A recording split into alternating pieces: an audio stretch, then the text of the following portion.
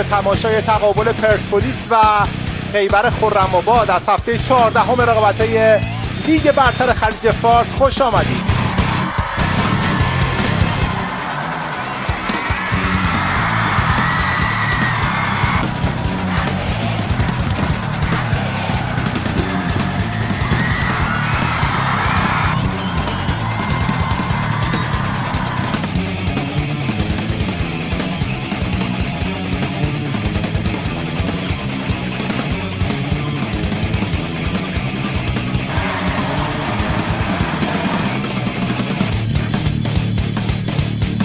مبین دهقان ارسالی که انجام میده، گل برای خیبر خرم‌آباد. خیبر خرم‌آباد 1 پرسپولیس 0.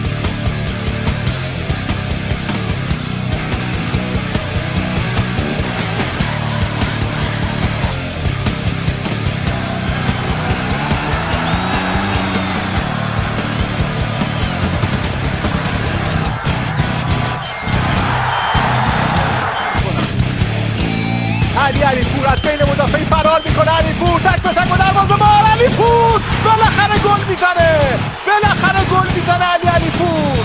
فشار از روی خودش برمیداره. پرسپولیس 1 خیبر خرم‌آباد 1.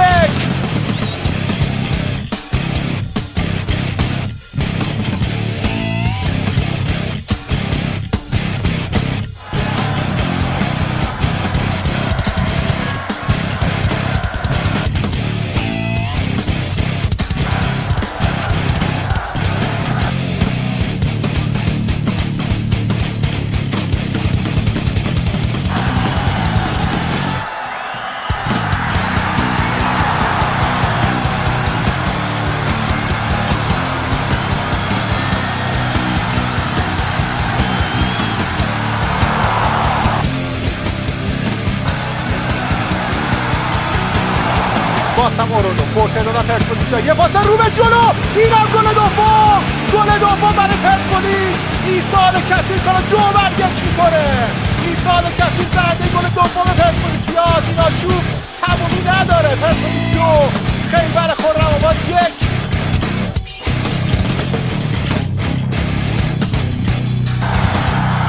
علیپور رفتن برای سومی. خیز برای گل سوم. اینم سومیش. اینم سومیش. علیپور گلزنی میکنه.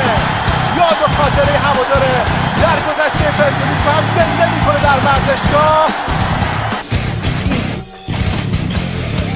ملتهب میشه جو کنار زمین. چرا باید این کار انجام بده علیپور؟